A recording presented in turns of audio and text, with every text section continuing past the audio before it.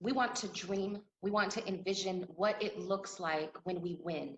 All of these fights for housing equity, for racial justice. Um, we want to dream big today, right? So this is about having a little bit of fun. So before we get into it, I really want to do a little bit of grounding, if that's okay. If we can set some intentions and kind of get comfortable. We're here for a little bit. Let's take a deep breath. Feel free to turn off your camera if you need to, if you want to get in that space. Let's get comfortable. Relax our shoulders. We want to release any tension right now. I want you to think about what brought you here today. What are you looking forward to? What is it that you want to make sure that you say as we begin to start dreaming? We want to release those doubts. We want them to be free and to be big. We want them to just be. We want everyone to be in the space freely, openly. We want everyone to have fun. Nina Simone has a quote where she says that to her, freedom is having no fear. And when I did this exercise in my neighborhood, I thought of being free to walk around my neighborhood. When I have my family, being free to walk around with my little one, thinking of no fear in having housing, no fear for my community to thrive, to be free as we live and as we love. So today, let's dream big. Let's be fearless as we dream. Okay? Okay, so I'm gonna bring us back. Let's come back. Let's come back to the space. Let's start this exercise with that intention. And throughout the exercise, I hope you have something to write with or you're jotting things down. Feel free to share in the chat, okay? Thank you so much. I pass it back to Grover. Yes, thank you, Kiki. So we are going to read through the reflection. We hope that you take notes or draw or do whatever feels right and best for you. If it feels more comfortable, again, to have the camera off, please do. Or if you're a camera on, that's great too. So settle in to wherever you are sitting or standing. And if you're at home right now, what does this place that you are sitting in or standing in look like and feel like and sound like? If you are housed in a room, what does the room smell like? Who is in the room or the place that you are living in with you? What does your home look and feel like?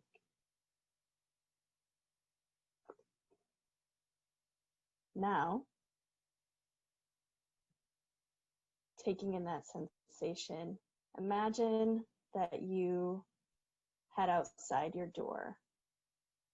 Do you greet a hallway, a pathway, a yard, a street, stairs?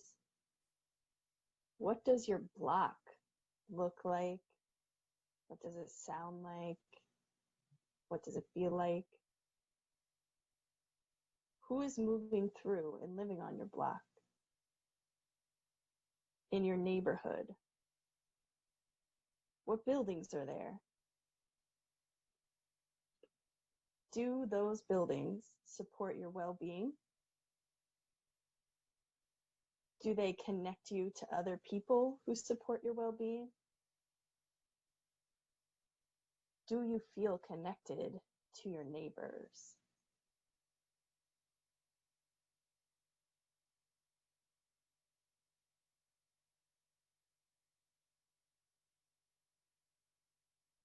Now think of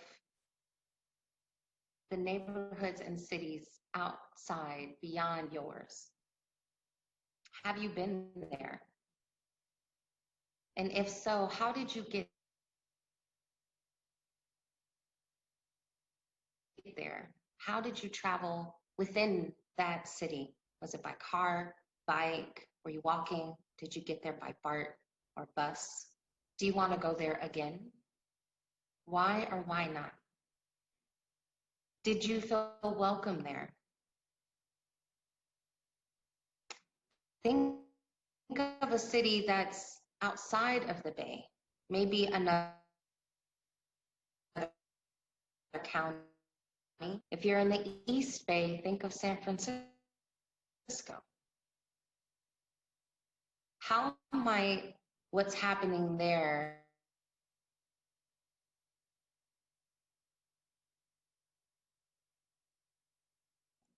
sorry,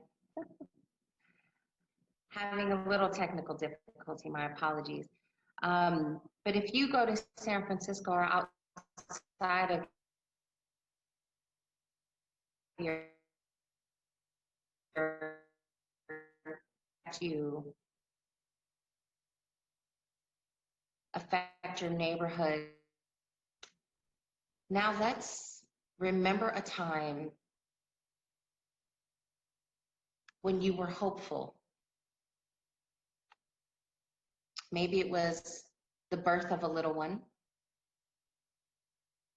Maybe it was walking down the street, seeing the artwork, something you saw while scrolling through social media, a meme, an article, a conversation you had.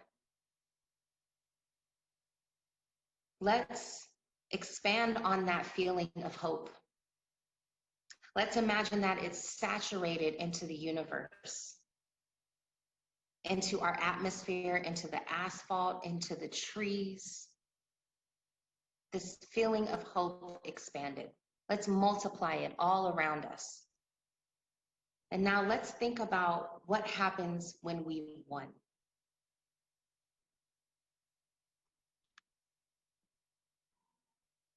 We know from history,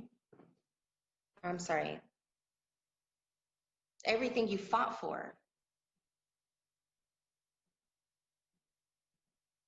has been transformed. Racism, economic inequality, ableism, all of that gone. What does that look like in your neighborhood? Those things that have caused you so much strife are now gone.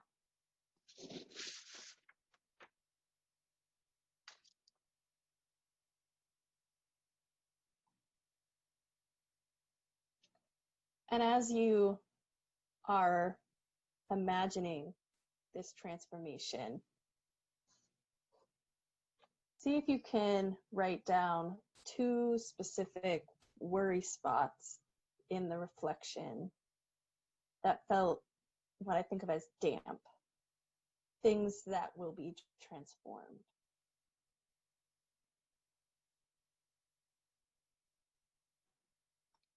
For me in East Oakland, where I live, those damp spots are the trash, the garbage piling up around the cemetery. It's the fear of losing homes, generational homes for a lot of folks my age and early 40s, this fear of losing what's been in their family for years. And this fear of not being able to really thrive for families and losing jobs, food desert, violence. This is really what's been dampening my vision in my neighborhood.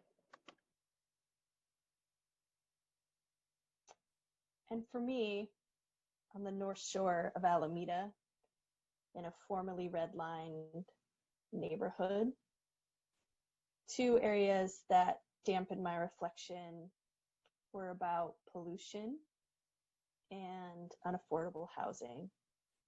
As I did this reflection, walking around, I noticed environmental pollution from an electrical facility that's built on the property of former Black homeowners and a gasoline transfer station on my block.